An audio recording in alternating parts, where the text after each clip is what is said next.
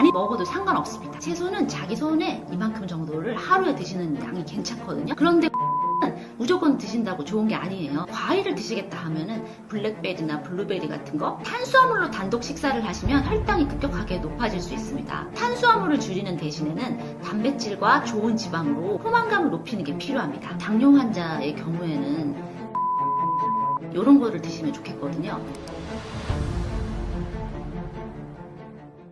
당뇨에서 제일 중요한 건 식사일까요?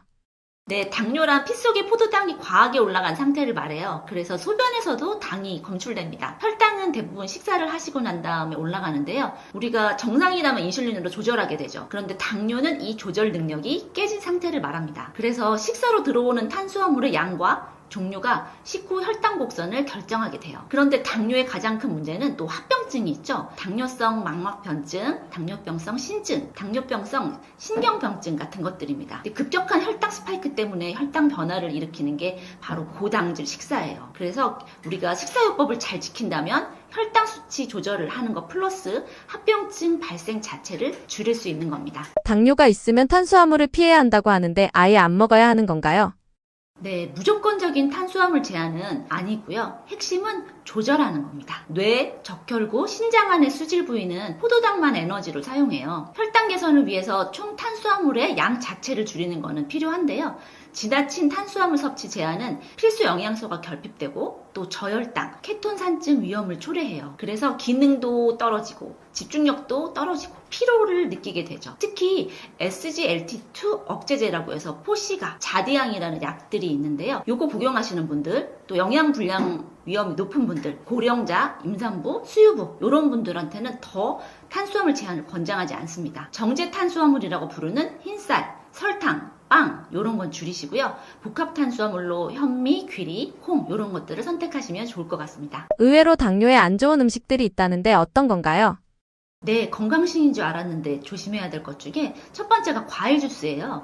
사람들이 과일이 좋다고 해서 자꾸 과일을 그냥 먹고 싶은데 그냥 먹기 싫으니까 이제 주스로 갈린 걸 먹게 되거든요. 근데 과일은 사실 당의 함량이 높습니다. 그래서 혈당을 빠르게 올리는 과당이 들어있어요. 생과일 형태로 적정량 섭취는 괜찮지만 이걸 농축해서 드시는 경우에 혈당을 더 높일 수 있습니다. 또 여러분이 귀한 것을 한 병에 담았습니다 하는 농축 인삼음료를 드셨다. 근데 이게 쓴맛 나는 것보다 단맛이 더 난다 하면 이 단맛이 나는 홍삼 농축액은 식품 제조나 조리 과정에서 첨가당, 대체당, 또 인공 감미료 같은 게 들어있을 수 있거든요. 그러니까 이런 것들 조심하셔야 되고요. 결론적으로는 음료수 하나를 마셔도 여러 가지 따지면서 사는 게 힘드시니까 당뇨의 위험이 있다 이러신 분들은 시판 음료 말고 평소에 물을 좀 마시는 습관을 기르시면 좋을 것 같고요. 감자하고 고구마도 GI 수치라는 걸 높입니다. GI 수치가 뭐냐면요. 글라이세믹 인덱스라고 해서 당 지수를 말하는데요. 포도당 50g 섭취할 때 혈당이 얼만큼 올라가냐를 100으로 보고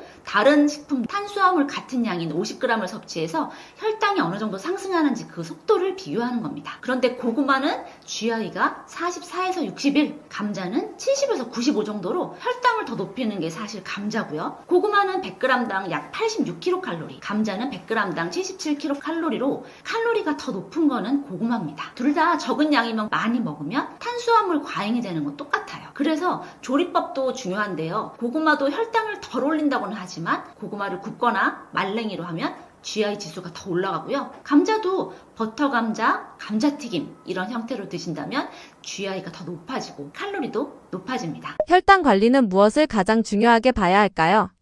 네, 탄수화물로 단독 식사를 하시면 혈당이 급격하게 높아질 수 있습니다. 이 상승을 완화하려면 식사의 구성을 달리하는 게 필요합니다. 탄수화물로 드신다면 식이섬유가 풍부한 통곡류, 콩류, 채소 섭취로 양질의 탄수화물을 섭취하시고 또 나쁜 탄수화물로 알려진 정제 탄수화물, 흰쌀, 밀가루, 설탕, 라면 등이 되겠는데요. 이런 것들은 피하거나 줄이시는 게 좋겠죠. 탄수화물을 줄이는 대신에는 단백질과 좋은 지방으로 포만감을 높이는 게 필요합니다. 좋은 단백질이라면 계란, 생선, 두부, 견과류 등이 있겠고요. 식사의 순서도 중요합니다. 채소 먼저 드시고 단백질, 탄수화물 순으로 드시면 좋은데요. 채소에 든 식이섬유는 탄수화물의 흡수 속도를 줄입니다. 또 단백질과 지방은 위 흡수 속도를 늦추기 때문에 좋고요. 식사 시간은 오래 씹어서 최소 15에서 20분은 드셔야 되고 또 너무 빠르게 먹으면 혈당이 급격하게 올라가니까 여러 번 씹고 천천히 드십시오. 근육 수축은 인슐린과 독립적으로 포도당의 흡수를 증가시켜요. 이게 무슨 말이냐면 식후에 가만히 있지 마시고 걷기 등을 통해서 혈당을 낮추시라는 말입니다. 늦은 저녁에 탄수화물을 단독으로 먹는다. 대표적으로 하면은 밤에 라면 먹고 자는 건데요. 최악입니다. 밤에는 인슐린 감수성이 떨어져서 혈당이 더 높아지기 때문이죠. 당뇨 환자가 놓치기 쉬운 저혈당 신호는 무엇일까요? 네, 저혈당인데 놓치기 쉬운 신호는요. 갑작스럽게 피곤하고 집중력이 저하, 또 졸리고 배고픔 등을 느끼는 건데요. 여기서 조금 더 진행되면 식은땀이 나고 불안감, 손떨림, 그리고 의식 혼미까지 갑니다. 인슐린이나 경구혈당 강화제를 용량이 너무 높거나 아니면 식사를 걸렀다, 식사량이 줄었다, 아니면 과다하게 운동을 했다, 과음을 했을 경우에 저혈당의 원인이 됩니다. 자, 이럴 때는요. 설탕이나 꿀 한 숟가락이라고 하는데 꿀 한 숟가락이라고 하면은 밥 숟가락으로 한 숟가락 정도 말씀드리는 거고요. 설탕 한 숟가락보다 꿀 한 숟가락의 밀도가 더 높아요. 그리고 요구르트 작은 거 한 병 정도, 아니면 주스나 탄산음료를 200ml 정도, 그 다음에 사탕 3, 4개 이런 거가 급격하게 혈당을 올릴 수 있거든요. 이런 단순당을 준비해 주시면 좋습니다. 가지고 다니시기에는 사탕이 좋아요. 그래서 당뇨 환자시라면 혹시 모를 저혈당에 대비해서 사탕을 몇 개씩 갖고 다니시는 게 좋습니다. 당뇨가 있는 분들에게 추천하시는 식사법이나 음식에는 어떤 것들이 있을까요? 당뇨 환자라면은 탄수화물은 그냥 단순 탄수화물 말고 식이섬유가 풍부한 것들이 좋아요. 통곡류, 콩류, 채소 위주고요. 또 흰쌀, 밀가루, 설탕, 라면 이런 것들은 피하거나 줄이셔야겠죠. 또 불포화 지방산이 풍부한 식품으로 대체하면 혈당도 개선하고 심혈관 질환 위험도 감소하게 되는데요. 연어, 고등어, 꽁치, 참치, 멸치, 정어리 등 등푸른 생선을 드신다면 오메가3 등 다중 불포화 지방산이 많이 들어있어요. 그리고 아보카도 같은 과일, 또 김, 미역 등 해조류를 드시면 좋습니다. 간식으로는 호두 등 견과류를 추천합니다. 특정 미량 영양소하고 그 보충제의 효과를 맞추기보다는요. 통곡류, 콩류, 채소 이런 거랑 생과일 등 다양한 식품을 통해서 비타민하고 미네랄을 보충하시기를 말씀드립니다. 그런데 메트포민이라는 약이 있어요. 당뇨 환자들이 제일 많이 처방받는 건데요. 제품명으로는 다이아백스나 메트포민 서방정이라는 이름으로 나옵니다. 이런 약을 장기적으로 드실 때는 비타민 B12 결핍이 연관성이 있다고 알려져 있어요. 그래서 메트포민 제제를 장기간 복용하신다면 원인을 알 수 없는 빈혈이 있다, 말초 신경병증이 나타나는 것 같다 이러신 분은 비타민 B12 보충은 필요합니다. 그리고 더 중요한 거는 또 금주가 필요해요. 인슐린이나 인슐린 분비 촉진제인 설포닐 유레아 계열의 아마린이나 디아미크론, 또 메글리티나이드 계열의 노보넘, 파스틱 이런 거 드시는 분들 있죠. 이런 분들은 적절한 음식 섭취 없이 음주를 하시면 심한 저혈당이 나타날 수 있어요. 적절한 식사와 함께 음주를 하시고요. 음주 전후에는 혈당을 자주 측정해서 저혈당 생기는 것을 꼭 방지하시길 바랍니다. 과일 섭취는 어떻게 하면 좋을까요? 어떤 식사든지 과일하고 채소를 많이 드시라고 하는데요. 사실 채소는 많이 먹어도 상관없습니다. 채소는 자기 손에 이만큼 정도를 하루에 드시는 양이 괜찮거든요. 그런데 과일은 무조건 드신다고 좋은 게 아니에요. 특히 당뇨 환자의 경우에는 과당이 높다고 했잖아요. 그래서 과일을 드시겠다 하면은 당분이 적은 걸로 드시는 게 좋고요. 아까 말씀드렸었는데 우리 아보카도 같은 거나 아니면은 토마토 있죠? 토마토는 과일은 아니고 야채긴 하지만 이런 종류로 해서 당을 올리지 않는 걸로, 그리고 베리류가 있습니다. 베리류 같은 것 중에서 블랙베리나 블루베리 같은 거 이런 베리류로 드시면 좋아요. 그래서 과일은 너무 또 많이 드시면 안 된다는 거 잊지 마시고요. 채소는 많이 드십시오. 아침 식사는 어떻게 하면 좋을까요? 일단 저는 당뇨 환자의 경우에는 잡곡밥, 그 다음에 채소, 그 다음에 두부나 된장 이런 거를 드시면 좋겠거든요. 근데 아침을 그렇다고 무조건 많이 드시면 안 되고요. 그렇다고 또 안 드시면은 저혈당이 생길 수 있습니다. 그래서 아침에 너무 많은 걸 드실 필요는 없고 잡곡밥이나 아니면 된장, 두부, 콩, 야채, 나물 있죠? 이런 거를 같이 드시면 좋고요. 저는 사실 간헐적 단식이라고 하고 있는데요. 당뇨 환자는 간헐적 단식을 해서 아침을 만일에 안 드신다거나 하는 거는 저는 말씀드리지 않아요. 왜냐하면 공복 시간이 길어졌을 때 혈당이 너무 떨어질 수 있습니다. 그래서 간헐적 단식을 당뇨 환자인 경우에는 아침에 하지는 않았으면 좋겠다라고 말씀드립니다. 암 예방에 좋은 음식이 정말 따로 있을까요?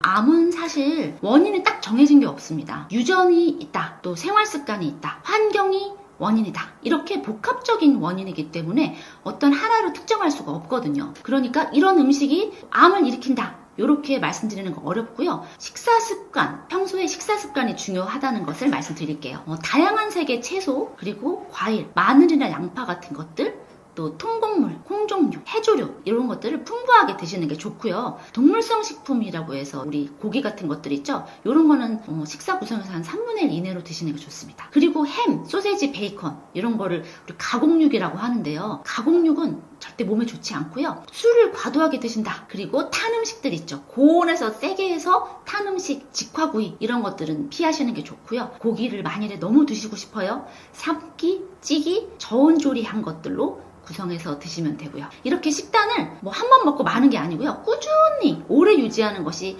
암 예방을 위한 식사 포인트예요. 그리고 과체중이나 비만은 여러 암의 위험을 높이기 때문에 식단을 좀 꾸준히 하시고 운동으로 체중 관리 하시는 것도 절대적으로 필요하다고 하겠습니다. 건강식이나 영양제를 잘 챙겨 먹으면 암 예방에 도움이 될까요? 제가 영양제에 대한 강의를 많이 다니는데 묻는 것들 많거든요.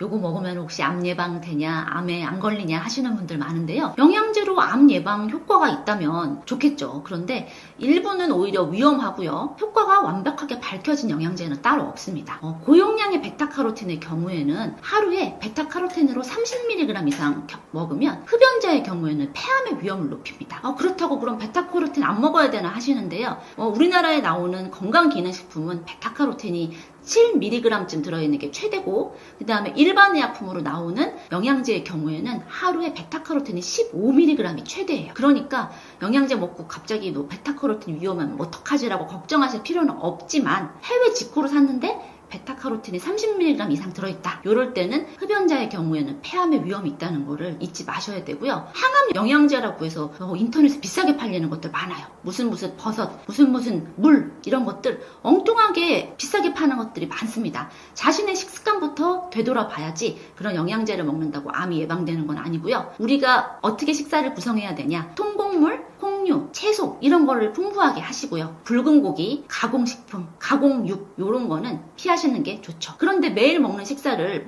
라면, 탄산음료, 액상과당, 밀가루, 흰쌀밥 구워 먹는 고기인데 탔다 이런 걸 즐기신다면 암에 걸릴 확률이 증가합니다. 저는 지금 암 전문 병원에서 근무하고 있습니다. 혈액종양내과 과장님들하고도 많이 대화를 하는데요. 암 예방 영양제는 없다고 말씀하셨어요. 그래서 입맛이 너무 없다 이러신 분은 센트룸 같은 종합 영양제를 추천을 하시더라고요.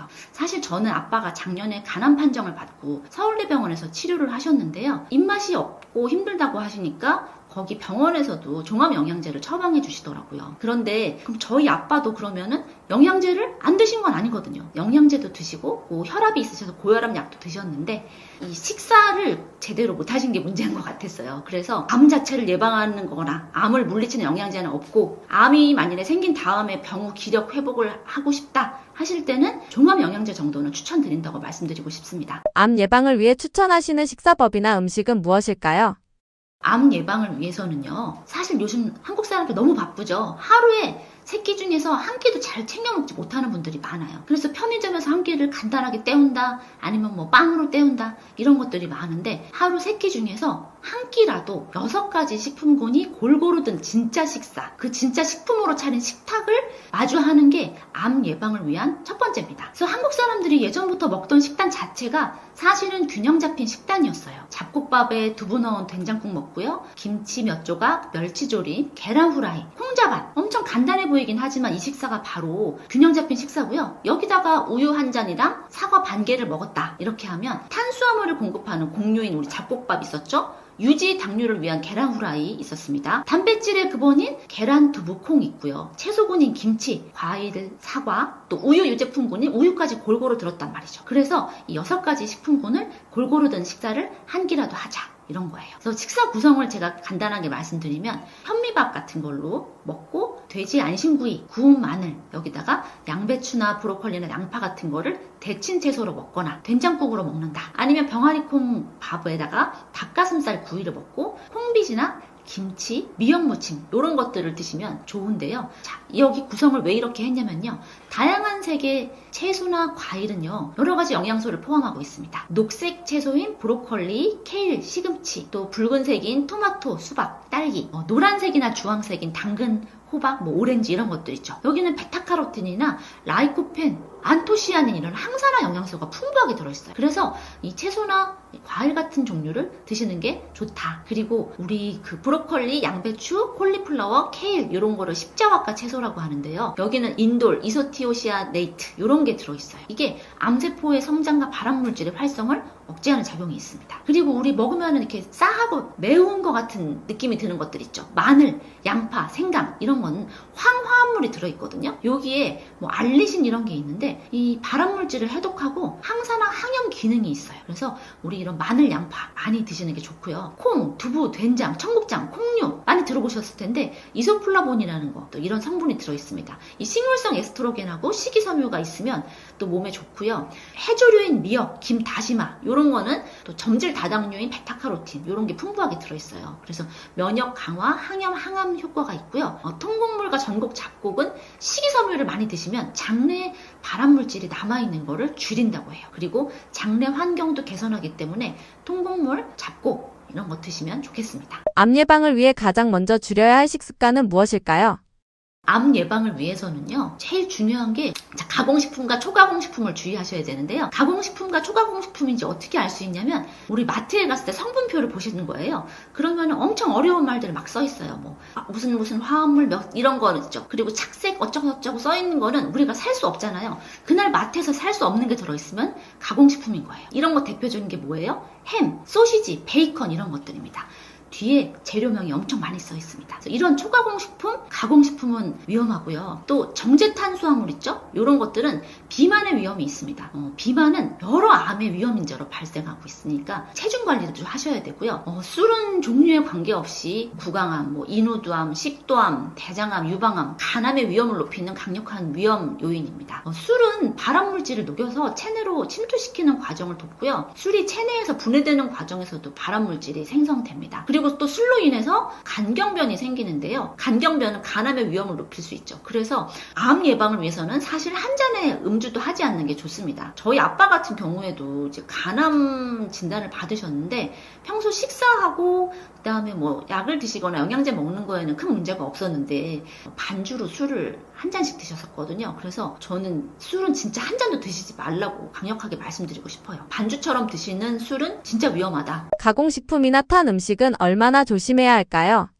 가공식품, 특히 이제 햄, 소세지, 베이컨 계속 말씀드리는데요. 이런 가공육은 가능한 적게가 원칙입니다. 가공육은요, 우리 확정적인 발암물질이라고 해서 얘를 먹으면 발암 가능성이 있다. 이렇게 말씀드릴 수 있거든요. 섭취량이 증가하면 위험이 증가하죠. 그러면은 얼만큼 먹어야 됩니까? 라고 물어보실 수 있는데 가능하면 한 달에 한 번도 안 먹으면 좋겠지만 현실적으로는 힘들어요. 주 1회 이하, 한 달에 한두 번 정도는 이제 드실 수밖에 없겠죠. 그 정도는 드시지만 그 정도는 드셔야 된다. 드실 수 있다. 라고 하는 건데 실제로 반찬이나 간식에요. 이런 가공식품 많아요. 김밥 있죠? 김밥 속에 햄 있고요. 또 내가 피자 사 먹으면 피자 토핑에도 햄, 소세지 있어요. 그리고 핫도그 맛있다고 먹는데 이것도 또 핫도그에도 햄이죠. 그리고 부대찌개를 드셨을 때 여기 안에 햄, 소세지 많잖아요. 그래서 이게 식육 가공품, 가공육은 은근히 노출 확률이 높아요. 그래서 우리 첫 번째로 뭘 아셔야 되냐면 가공육이다. 이런 것들 가공육이다라는 거를 인식하는 게 첫 번째 포인트예요. 그러니까 생활 속에서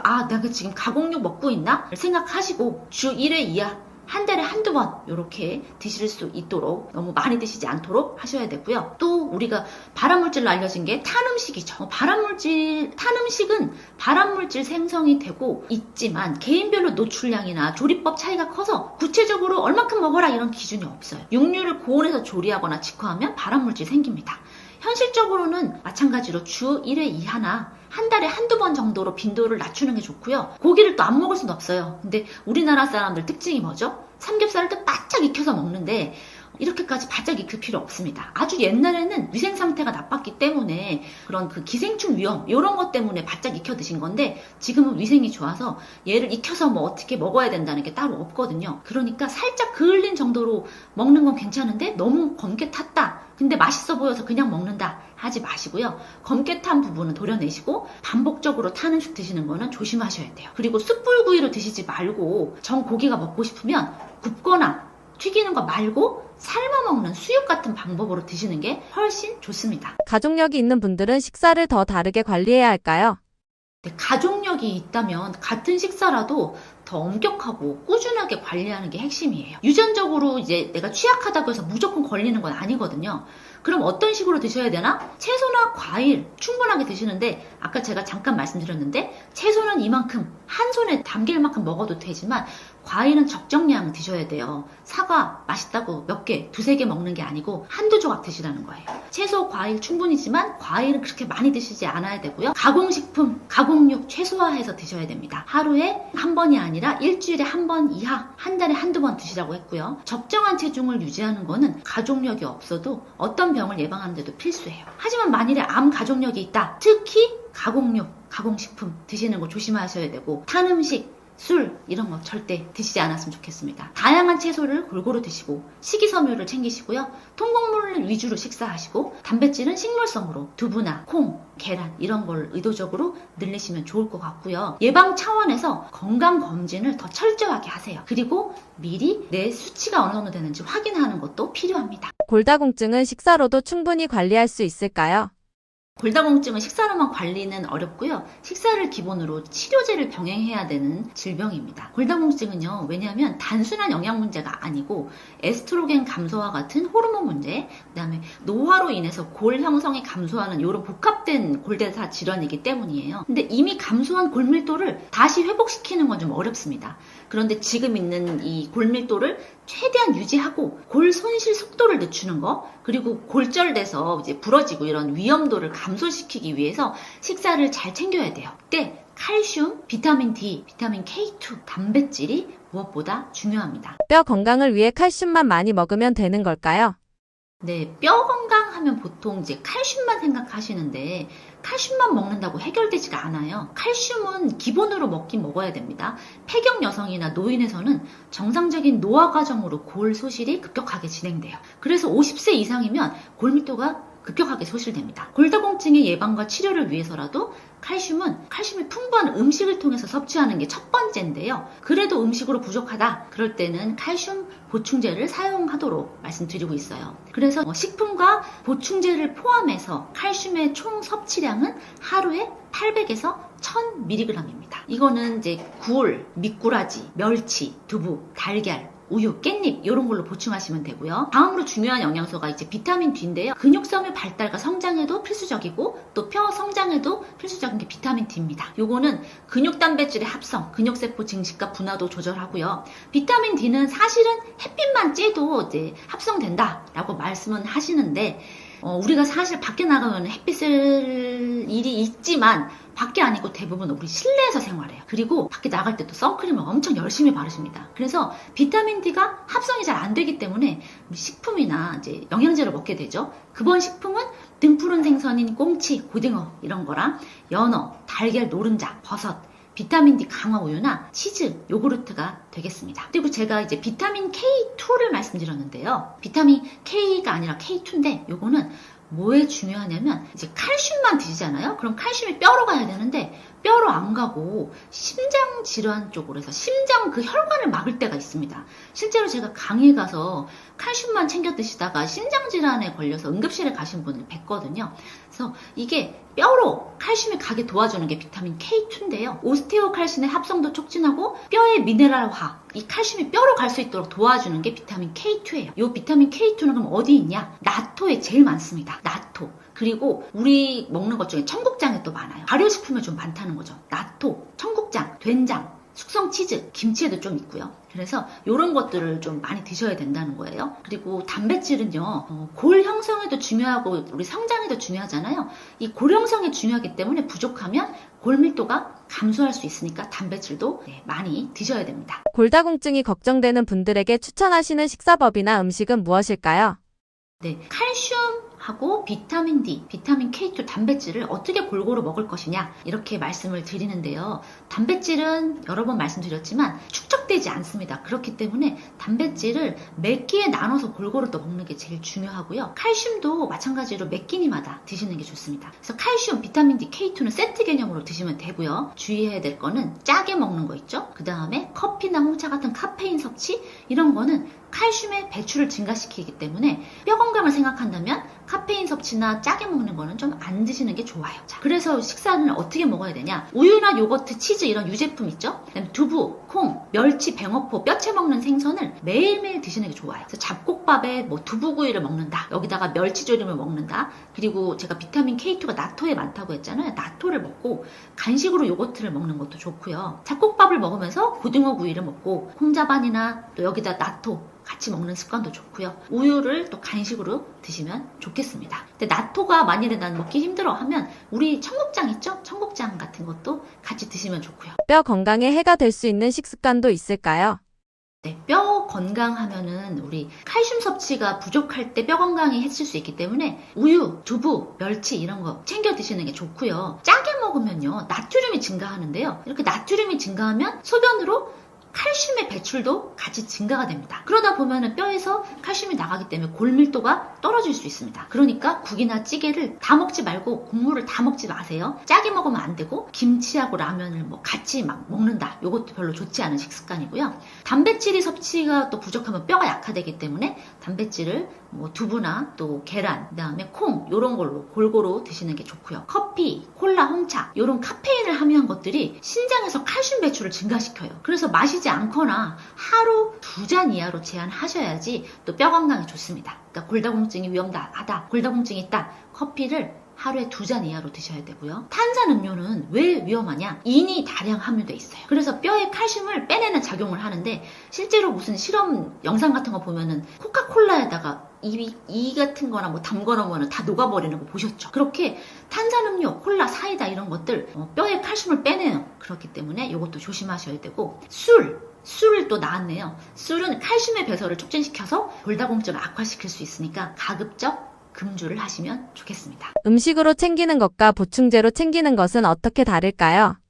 칼슘은요, 음식으로 우선이 제일 첫 번째예요. 그런데 부족할 때는 보충제로 먹어라. 이게 원칙이죠. 2022년 대한골대사학회에서요. 50세 이상 남성 또 폐경 여성을 대상으로 한 칼슘과 비타민 D 권고안에 따르면요. 칼슘은 음식을 통한 보충을 기본으로 하되 칼슘 하루 800에서 1000mg, 비타민 D는 하루 800에서 1000IU를 추천했어요. 그래서 음식으로 먹는 칼슘은 칼슘뿐 아니라 다른 영양소도 같이 먹을 수 있죠. 왜냐하면은 우유에는 칼슘도 있지만 단백질도 있고 이런 식으로 다양한 영양소를 먹을 수 있으니까 좋은데 또 음식으로 먹는 칼슘은 칼슘뿐 아니라 다른 영양소를 함께 먹을 수 있기 때문에 더 좋습니다. 자, 우유를 예를 들면 칼슘뿐 아니라 단백질도 보충할 수 있죠. 그리고 또 음식으로 칼슘을 먹으면 과하게 먹기 어려워요. 그래서 뭐 칼슘을 과량 섭취한다 이렇게 되지가 않습니다. 근데 보충제의 경우에는요, 정확한 용량이 있어서 용량을 확인하고 내가 부족해서 보충할 수 있다. 이런 게 있죠. 보통 온라인으로 파는 영양제 같은 경우에는 200에서 300mg 이런 식으로 나오는데요. 한 번에 500mg 이상을 먹는다. 이러면 흡수가 어렵습니다. 칼슘이 원래 특징이 한 번에 500mg 이상의 보충제는요, 흡수가 잘 안 돼요. 그래서 칼슘 보충제는 500mg 이하로 드셔야 되고 만일에 칼슘을 보충제로 했는데 1000에서 1200mg 먹었다. 이러면 과하게 드시게 되는데요. 과량 섭취하면 어떻게 되냐? 심혈관 질환, 뇌졸중, 또 신장결석 이런 발생 위험이 있어요. 그래서 칼슘제는 과량 섭취가 위험합니다. 내가 만일에 한 1000mg을 드시겠다 하면은 500mg 이하짜리 한 200~300mg짜리를 2번이나 3번으로 나눠 드시는 게 필요하다는 거고요. 그래서 칼슘을 식사로 보충하되 보충제는 필요시에만 드시지만 메가다 칼슘을 식사로 보충하되 보충제로 드시는 거는 필요시라고 말씀드렸지만 내가 유제품을 거의 안 먹는다. 폐경 이후에 50세 이후의 여성이다. 골다공증을 이미 진단받았다. 이럴 때는 꼭 칼슘을 보충제로 보충하도록 말씀드리고 있습니다. 골다공증 약을 먹을 때 꼭 알아야 할 점은 무엇일까요? 골다공증 약은요, 좀 복잡해서 제가 조금 더 자세하게 말씀드리고 싶은데요. 골다공증 약이 2가지거든요. 뼈를 덜 부서지게 하는 약이 있고요. 뼈를 새로 만드는 약이 있어요. 그런데 어떤 약을 쓰든지 칼슘하고 비타민 D 보충제를 꼭 권장합니다. 저희 엄마 같은 경우에도 골다공증 진단을 받으셨는데 칼슘하고 비타민 D를 처방을 해주시더라고요. 이렇게 기본으로 골다공증 약을 드시는 분은 칼슘, 비타민 D 보충은 필수로 권장된다라고 먼저 말씀드리고요. 1차 선택약이라고 해서 골다공증일 경우 비스포스포네이트 제제를 처방받아요. 이거는 뼈 분해를 감소시키는 약인데 성분에 따라서 알렌드로네이트, 포사맥스라는 약이고요. 리세드로네이트, 악토넨이라는 약, 이반드로네이트, 봄비바, 졸레드로네이트, 졸레드론산 이런 것들이 있어요. 이 약들은 공복, 아침에 일어나서 밥 안 먹고 아침에 일어나서 드시는 건데 앉거나 서 있는 상태에서 충분한 양의 물 한 200ml 정도 한 컵을 드셔야 되는데요. 이때 먹고 바로 눕거나 하면 안 되시고요. 물도 중요합니다. 순수한 물이어야 하는데 이 순수한 물이 뭐냐? 일반 생수, 수돗물이나 끓인 물, 정수기 물이에요. 그래서 그럼 일반 물 말고 다른 물이 뭐 있죠? 우리 뭐 미네랄 워터, 해양 심층수 이런 거 있죠. 어떤 미네랄이 들어있는 워터는 드시지 말라는 뜻입니다. 왜냐하면 흡수를 방해할 수 있어서 그래요. 그리고 다른 약하고 이 골다공증 약은 또 흡수에 방해가 있기 때문에 같이 드시면 안 되고 먹을 때 씹어서도 안 됩니다. 복용하시고 적어도 30분에서 1시간까지는요. 제산제, 다른 약, 음식, 음료, 칼슘제, 비타민제, 건강식품 같은 것도 섭취하시면 안 돼요. 이거는 먹는 약인데요. 먹는 게 힘들다 하시는 분들이 좀 주사를 맞겠다 하시는 분들 많거든요. 이 주사는 6개월에 1회 맞는 주사인데요. 뼈를 덜 부서지게 하는 주사예요. 쉽게 말하면 먹는 약 외에도 뼈가 덜 부서지게 하는 주사가 있는데요. 6개월에 한 번 정도 맞습니다. 그러니까 1년에 2번 정도 맞는 거죠. 이게 데노수마비라는 성분의 약이 있는데 프롤리아, 엑스지바 이런 게 있는데요. 이 약은 이제 선생님이랑 이제 얘기를 해서 6개월에 한 번씩 무조건 맞으셔야 돼요. 투약을 중단할 경우에 골밀도가 급격하게 떨어지기 때문에 의사 선생님과 같이 하셔야 되고 만일에 이 주사를 끊게 되면요. 비스포스포네이트 제제로 다시 돌아가건가 해서 약을 연속성 있게 하셔야 된다는 거죠. 주사를 무조건 끊으면 안 된다는 거고 그리고 특이하게도 뼈를 만드는 약이 있어요.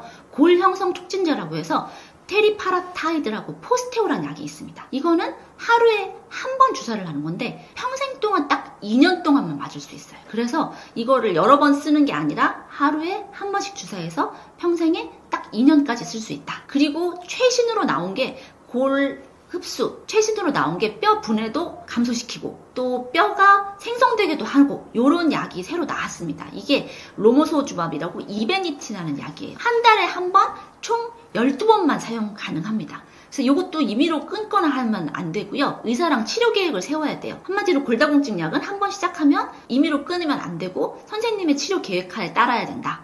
먹는 약의 경우에는 공복에 드시고 먹고 바로 눕지 마시고 그 다음에 먹는 물도 그냥 물을 드셔야 되지 미네랄 워터 같은 거 드시면 안 된다. 이렇게 생각하시면 되겠습니다. 신장이 안 좋으면 식사에서 가장 먼저 무엇을 조심해야 할까요?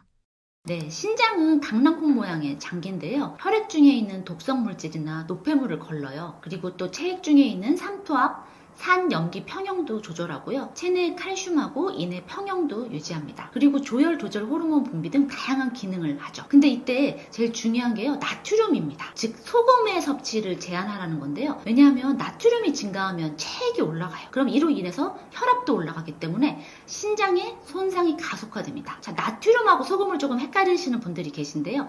나트륨 400mg은 소금 1g과 같습니다. 그래서 지금 기준으로는 하루에 2g 이하의 나트륨을 드셔라. 이것은 소금으로는 약 5g 정도에 해당되는데요. 실제적인 식사에서 이걸 그람수를 재면서 제한을 하기 힘들잖아요. 그래서 식사에서는 어떻게 말씀드리냐면 국이나 찌개, 탕 같은 데 있는 국물은 많이 드시면 안 된다. 그 다음에 김치도 짠 맛이 있기 때문에 김치를 너무 많이 드시지 말고 젓갈류도 또 짜죠. 그래서 젓갈류, 가공식품 중에서 햄, 소시지, 라면 같은 것들을 조심하시라고 말씀드리고 있습니다. 신장이 안 좋으면 감자나 고구마도 조심해야 하나요? 고구마하고 감자를 모두 건강식이라고 생각하고 또 아침 대용이나 이렇게 드시는 분들이 계신데요. 신장 기능이 저하되신 분은 될 수 있으면 드시지 않는 게 좋습니다. 의외로 고구마하고 감자가 칼륨의 함량이 높아요. 고구마 100g 기준으로 구운 고구마는 칼륨이 445mg, 감자 삶은 것은 약 254mg의 칼륨이 있습니다. 원래 신장이 정상이면요, 과도한 칼륨은 소변으로 배출되는 게 정상이에요. 그런데 만성 신질환을 갖고 계시다, 투석 전 단계다, 급성 신부전이다, 이렇게 신기능이 떨어져 있을 때는 체내의 칼륨 농도가 높아져요. 그러다 보면 고칼륨 혈증이 되는데 이게 왜 위험하냐? 고칼륨 혈증이 있으면 부정맥, 심정지 이런 위험이 있기 때문입니다. 근데 신장 질환자는 그럼 감자나 고구마 못 먹어요? 하실 수 있는데요. 이런 신장 질환자의 경우에 칼륨이라는 것 자체가 물에 잘 녹는 미네랄이에요. 그래서 고구마나 감자 같은 거 얇게 썰어서 물에 담궜다가 먹거나 아니면은 끓는 물에 살짝 데친 다음에 물을 버리고 다시 먹거나 이런 식으로 하시면 되는 거예요. 근데 한 번에 또 많이 드시면 그것도 또 위험할 수 있으니까 드실 때 한 번에 드실 때도 소량만 드셔야 된다, 이렇게 말씀드릴게요. 신장이 안 좋으면 단백질도 꼭 줄여야 하나요? 네, 단백질은 무조건이 아니라요, 신장의 상태를 봐가면서 조절하는 게 필요하고요. 투석을 하고 있냐, 이 여부도 중요합니다. 단백질이 과다하면 질소노폐물이 생기는데요. 이 신장에서는 사구체 압력이 높아집니다. 그래서 신장에 부담이 생기게 되겠죠. 근데 만일에 단백질을 너무 적게 먹는다, 이러면 근육의 손실이 오고요, 영양 불량이 올 수 있습니다. 그래서 정상적인 단백질 보충량은 정상인의 경우 몸무게 킬로그램당 약 0.8에서 1.2g을 말씀드려요. 근데 간단하게 외우기 쉽게는 저는 강의에 가서 몸무게당 한 1g쯤 단백질을 드셔야 된다라고 말씀드리거든요.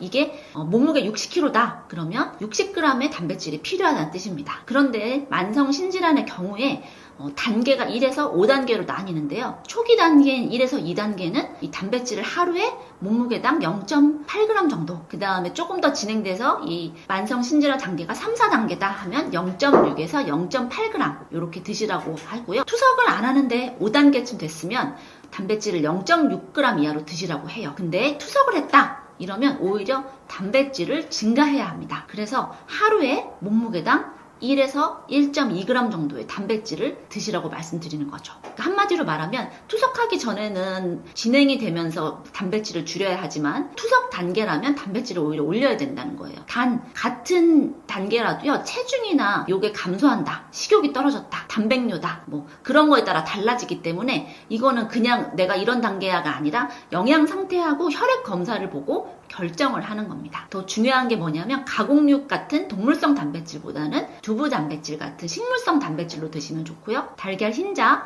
생선, 닭고기, 유제품을 적절하게 배합해서 단백질은 매 끼니마다 드시는 게 제일 좋다는 거 잊지 마십시오. 신장 질환이 있으면 나트륨 말고도 조심해야 할 성분이 있을까요?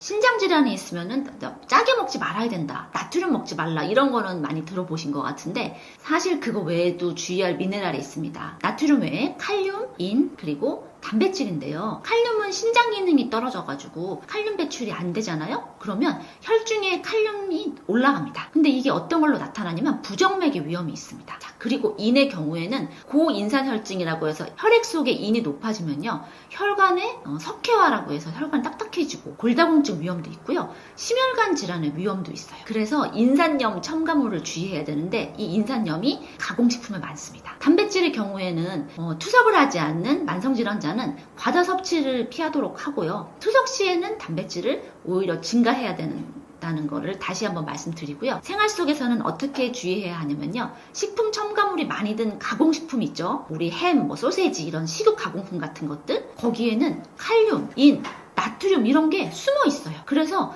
초가공식품하고 가공육은 멀리하는 게 좋습니다. 우리 마트 같은 데 가면 라벨을 잘 보셔야 돼요. 거기에 뭐 저염이다 써 있어도 그거 말고 칼륨염이나 인산염 같은 게 들어있을 수 있으니까 확인을 아주 잘 하셔야 된다는 걸 보셔야 되고요. 또 칼륨 많은 식품이 우리가 먹는 것 중에 바나나 있죠, 오렌지 이런 것도 있고요, 감자랑 고구마도 칼륨 아까 높다고 말씀드렸고요, 토마토나 주스류 같은 것도 칼륨이 많습니다. 또 인이 많은 거는 가공육이나 인스턴트 식품, 탄산음료, 가공 치즈나 일부 베이커리나 냉동식품에도 들어있어요. 그리고요, 나트륨은 조심하라고 말씀드렸는데 부종이나 신부전이 있다 그러면 수분 제한도 잊지 마셔야 되고, 인하고 균형을 위해서 칼슘은 오히려 보충하는 게 필요합니다. 건강하려고 먹는 영양제도 신장에는 부담이 될 수 있나요?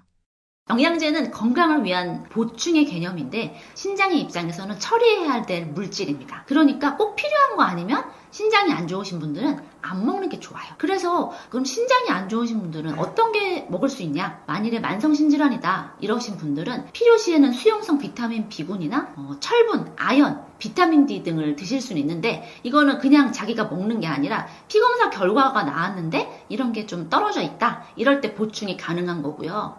오메가3, 우리 잘 알고 있는 EPA랑 DHA의 합인 오메가3는 비교적 안전합니다. 그런데 만일에 항응고제를 드시고 있거나 항혈소판제 같은 것처럼 출혈 경향과 관련 있는 이슈가 있다면 오메가3 고용량과 같이 드시면 출혈 경향이 증가할 수 있단 말이죠. 그래서 오메가3도 함부로 고용량을 드시면 안 되는 거고요. 그리고 만성신장질환자나 고령자, 당뇨나 고혈압 환자, 이뇨제 복용 환자는 더 주의해야 되는 것들이 몇 가지 있는데요. 첫 번째로는 고용량 비타민 C입니다. 이 비타민 C는 다양한 효과를 나타내죠. 중금속도 해독하고 또 항산화 물질이기도 하고요.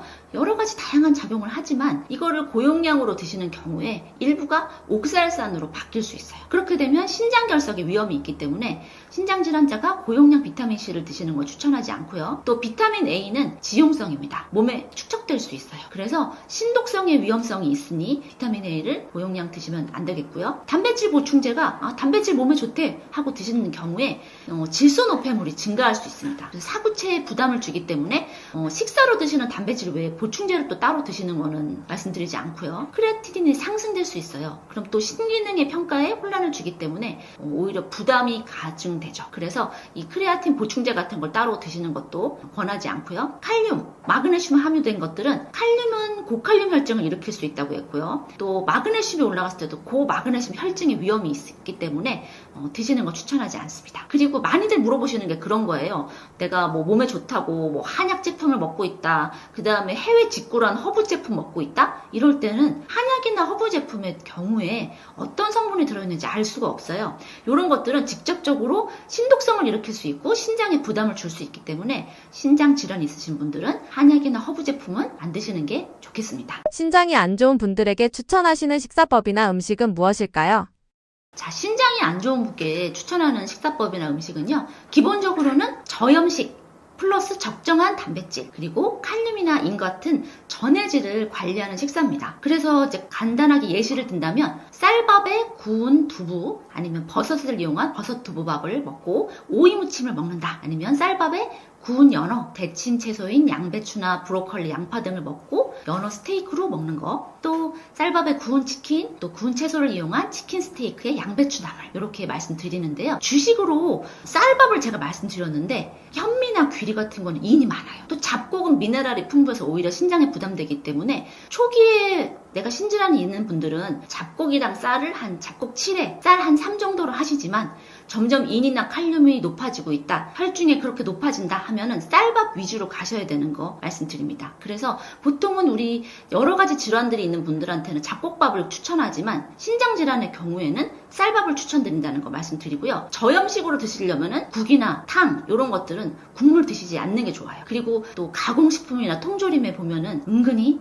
소금 많거든요. 그래서 가공식품, 통조림 드시지 않거나 아니면은 덜 먹는 게 필요하고요. 단백질의 경우에는 생선이나 두부, 계란을 위주로 해서 몇 끼 드셔야 돼요. 단백질은요, 몸에 저장되는 게 아니에요. 그래서 몇 끼 조금씩이라도 드시는 걸 추천드리고요. 채소는 칼륨 함량 높은 거 말고 낮은 게 필요해요. 이런 것들이 양배추, 양파, 오이, 브로콜리 같은 것들이거든요. 이런 것들을 위주로 해서 드시면 되고, 만일에 내가 근데 그냥 다른 나물도 먹고 싶어 할 때는 칼륨은 물에 녹는다고 했잖아요. 물에 삶거나 데치거나 이런 조리법을 이용해서 나물을 이용하시면 되고, 좋은 지방을 먹기 위해서 평소에 요리할 때 올리브 오일을 사용하는 것도 추천드립니다. 네, 안녕하세요. 저는 올해로 약사 일을 한 지 20년째인 염혜진 약사라고 합니다. 지금 현재는 병원에서 약사로 일하고 있고요. 현장에서 8,000명 이상의 사람들을 만나는 강사이기도 하고 또 여러 가지 책을 쓴 작가이기도 합니다. 미라클 루틴, 오늘부터 나는 갑으로 삽니다. 지금 당신이 글을 써야 하는 이유, 영양제 특강, 이 약 같이 먹어도 돼요. 건강하게 오래 사는 기적의 장수 식사법이라는 책을 썼습니다. 제가 여러 가지 책을 쓰고 강의를 다니는 이유가 있습니다. 전국 전국으로 강의를 다니고 있는데요. 그렇게 다양한 연령층의 대중들을 만나다 보니까 병원에서 만나는 분들은 이제 아파서 오셔서 그런지 기운도 없고 나이가 좀 있어 보이시는 거죠. 근데 강의를 가서 만나면 비슷한 나이대인데도 젊고 활력이 넘치세요. 그래서 이게 젊다고 병이 없는 것도 아니고요. 나이가 있다고 다 아픈 것도 아니더라고요. 관리를 어떻게 하는지, 식사를 어떻게 하는지, 또 적절한 영양제를 어떻게 섭취하는지에 따라서 노화의 속도가 다른 거를 느끼게 됐어요. 병이 있더라도 또 적극적으로 자신의 몸을 돌보시는 분들은 확실히 노화가 더뎠고요. 노화가 축적이 돼서 우리 노쇠라는 게 있습니다. 기능이 떨어지고 이제 쉽게 피로하고 이렇게 되는데요. 노화가 축적돼서 노쇠로 가는 걸 막아야 돼요. 우리 이제 100세 시대라고 말씀드리잖아요. 100세 시대에 안 아프다는 건 거짓말이에요. 아프긴 아픈데 이 아픈 몸을 어떻게 잘 유지해서 우리가 쭉 오래 건강하게 살 수 있냐를 위한 대책이 필요한 거죠. 그래서 저는 유병장수를 위한 대책이 필요하다라고 말씀을 드리는데 이거의 세 가지가 뭐냐? 음식, 약, 영양제라고 할 수 있습니다. 그래서 기본은 식품이에요. 내가 매일 무엇을 먹냐가 제일 중요합니다. 가끔 강의 가면 그런 말씀 하시는 분들 계시거든요. 내가 지금 이런 영양제 먹는데 뭐 잘 모르겠다. 그래서 물어보면은 식사를 제대로 안 하시는 경우가 너무 많은 거예요. 식사 제대로 안 하시면서 영양제 먹으면 제가 효과 없다고 말씀드리거든요. 오늘 제가 강의에서 어떤 말씀 드렸냐면 건강하게 식사를 하자. 하루에 3끼 중에 한 끼라도 6가지 식품군이 골고루 든 진짜 식사를 하자고 말씀드렸는데 제일 중요한 거 식사 기본입니다. 그리고 내가 좀 부족한 게 있어? 영양제로 섭취를 하시면 되고요. 내가 정말 너무 아파. 그럴 때는